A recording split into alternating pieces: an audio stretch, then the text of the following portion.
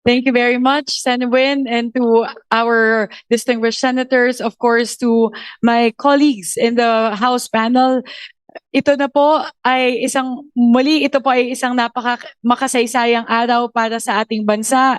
Sa unang pagkakataon po, ito ang pinakaunang live stream ng Bicameral Conference Committee proceedings.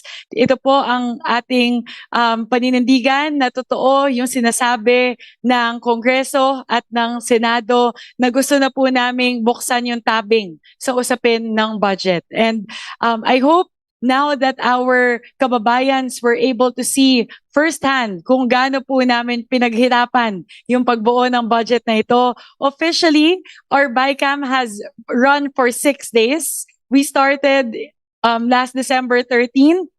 And now it is 2:20 in the morning on December 18. So ganito po talaga kahaba yung diskusyon kapag talagang gusto natin na siguraduhin na tulad ng sinabi ni Chairman Win na gusto natin na malinis, transparent yung ating budget, na ito po ay talagang tumutugon sa pangangailangan ng ating mga kababayan at talagang isa po itong budget na mapagkakatiwalaan ng bawat Pilipino.